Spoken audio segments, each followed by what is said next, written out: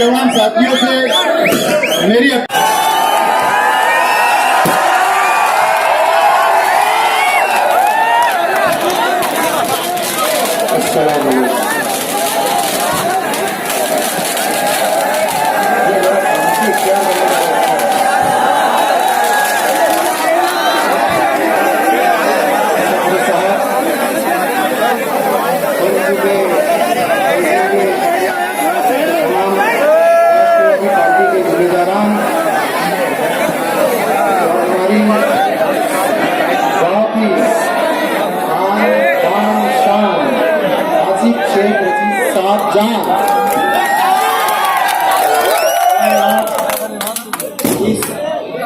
जलसे की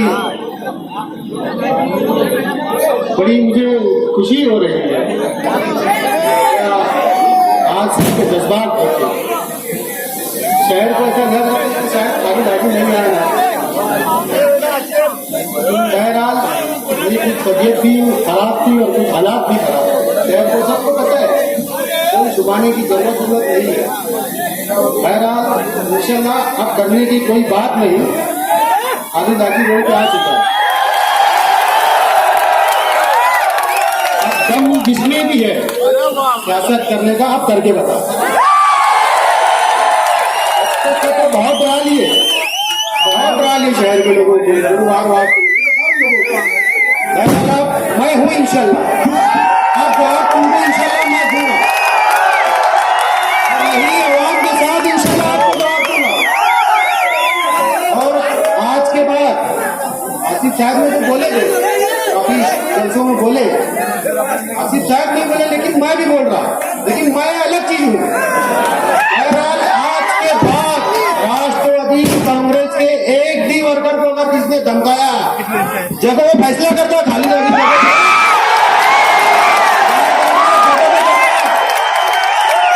कॉर्पोरेशन की वीडियो पूरे शहर के लिए, पूरी दुनिया के अंदर वायरल है। मजा लगे हाथ लगा देना किसी को, काटते दे आ चुका हूँ इंशाल्लाह। मैं आप याद रखो, देख रहे होंगे, मैं आपको देख के बोल रहा हूँ, आवाम को देख के नहीं, आपको देख के बोल रहा हूँ। और लड़ूंगा इंशाल्लाह, कयामत तक लड़ूंगा तुमसे, जब तक हया करूंगा इंशाल्लाह लड़ूंगा। मेरी आप लोगों से ये गुजारिश है कि हमको बहुत सोच समझ के फैसला करना है, बहुत ज्यादा सोच समझ के फैसला करना है। क्या हम कभी भी जज्बात में बह जाते और गलत फैसला कर लेते और गलत इंसान को चून के दे देते, ये हमारी सबसे बड़ी कमजोरी है। और मैं समझता हूँ जितने भी जेम्स है, हमारी घरों के अंदर जो हमारी माँ बहनें हैं, हमारी बीवी है, हम उनको बेहतर तरीके से समझाएं। फिर हमको वोट किसको देना है? देखो, मैं यहाँ बात हो चुकी है, भैया जरा खामोश पड़े, मैं बहुत छोटी बात बोलूँ, मैं जमीनी सियासत करता हूँ, मैं बहुत बड़ी सियासत नहीं करता। मेरे भाई है, इंशाल्लाह वो करेंगे और उनके साथ हम रहेंगे।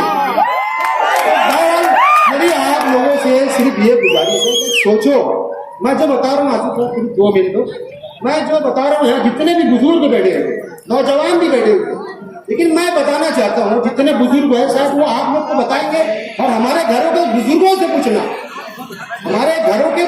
पूछना, क्या मालेगांव शहर के अंदर आमदार फंड किसको बोलते थे? ईमानदारी से बताना, अल्लाह को हाजिर नाजिर जान दे, क्या शहर के अंदर किसने बताया क्या आमदार फंड क्या होता, आमदार का ओहदा क्या होता? ये हमारे वालिद मोहतरम शेख रशीद साहब ने पूरे शहर के अंदर ऐसे अवाना और मौलाना को मालूम पड़ा कि आमदार किसको बोलते, जब वो बेचारे सियासत में आए। अच्छी मैं तो बोलूंगा आपको मुफ्ती मोहम्मद इस्माइल कासमी साहब, कि अल्लाह ने आपको बहुत अच्छा ओहदा दिया है, आखिरत के लिए सबसे बेहतर आपने, अल्लाह ताला ने आपको मुफ्ती बनाया, आलिम बनाया, कारी बनाया, हाफिज बनाया। ये आपका काम नहीं है, आपकी वजह से मैं एक जमाने में छोटा था तो मैं देखता था मुफ्ती इस्माइल साहब के जब इस्लामी माशरे में जलसे रहता था ना, तो 10 बजे रात में चालू होता था तो 5 बजे का 4 बजे चलता था। बताओ आज वो माशरा ही नहीं है, वो सब भूल गए, दीनदारी टोटल चीज भूल गए, बस दुनिया के पीछे भाग रहे, खुद भी भाग रहे और अपने बच्चे को भी लेके भाग रहे। बताओ मैं यहाँ के रवासी के लोगों से पूछना पाता हूँ, जितने लोग ने भी वोट दिए होंगे उनको, जितने लोग ने भी आपके साथ एक चाय भी पिएगा कभी बैठ के, कभी जिंदगी में चाय पिएगा? झांकने भी नहीं आए तुम्हारे मोहल्ले में जिसने उनको वोट दिया, उनका हाल चाल पूछने के लिए कि आप लोग कैसे हो, आपकी गली गटर साफ हो रही नहीं हो रही, क्या तकलीफ है नहीं तकलीफ है, नहीं पूछते। पूरे शहर के अंदर नहीं पूछते। मुझे पता है यहाँ जितने लोग बैठे होंगे, मैं इतने दाएं से बोल सकता हूँ कि शेख रशीद साहब जिस वक्त आमदार थे वो पूरे शहर के एक आदमी को उठाते थे। कभी निजाम बच्चा हो गए, कभी फलाना होगा, कभी ये होगा, कभी वो होगा, हर इंसान को बताते थे मंत्रालय किसको बोलते, मिनिस्टर किसको बोलते, काम किसको बोलते। ये शेख रशीद साहब की आदत थी कि हर नए आदमी को हर हफ्ता लेके जाके बताया जाता था कि ये मंत्रालय इसको बोलते हैं, ये मिनिस्टर ये होता है, काम काज करने का तरीका ऐसा होता है। बंबई बताते हैं कि ये बंबई है। शेख आसिफ साहब ने भी वही काम किया। नहीं तो मालेगांव शहर के अंदर सिर्फ जो किले जुने लोग होंगे मान के चलो 10 लोग, अगर उसमें से 11वां आदमी बोल जाएगा मुफ्ती साहब ने मेरे को बंबई लेके गए, तो कसम खुदा के बड़ा साथ छोड़ दूंगा मैं। लेके गए बताओ, शेख रशीद साहब ने सबको लेके जाके बताया, शेख आसिफ साहब ने बताया कि काम क्या होता है। तो हमको काम करने वालों को साथ देना है। क्या आप मेरे से वादा करोगे? क्या काम करने वालों को साथ देंगे आप लोग? एक बार आवाज दो, शेख आसिफ।